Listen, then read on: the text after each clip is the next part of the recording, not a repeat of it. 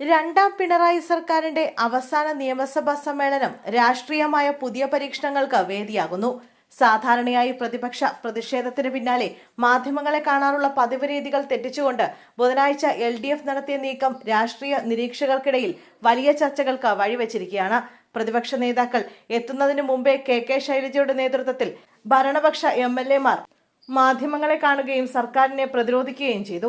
സാധാരണയായി മന്ത്രിമാരോ MV ഗോവിന്ദനെ പോലുള്ള മുതിർന്ന നേതാക്കളോ കൈകാര്യം ചെയ്തിരുന്ന ഈ ചുമതല ശൈലജ ഏറ്റെടുത്തത് വരാനിരിക്കുന്ന നിയമസഭാ തെരഞ്ഞെടുപ്പിന്റെ മുന്നൊരുക്കമായിട്ടാണ് വിലയിരുത്തപ്പെടുന്നത്.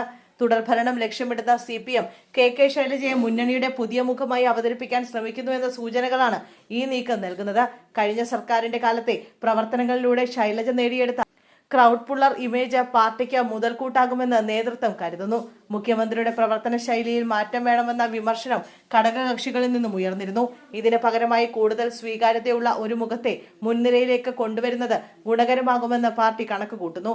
മുഖ്യമന്ത്രിയേക്കാൾ പ്രതിപക്ഷ നേതാവിനോടുള്ള താൽപര്യം ജനങ്ങളിൽ വർദ്ധിക്കുന്നുവെന്ന ചില റിപ്പോർട്ടുകൾ പുറത്തുവന്ന പശ്ചാത്തലത്തിൽ ശൈലജയെ ഉയർത്തിക്കാട്ടുന്നത് തിരിച്ചടിയാകുമെന്ന് പ്രതിപക്ഷവും ഭയപ്പെടുന്നു.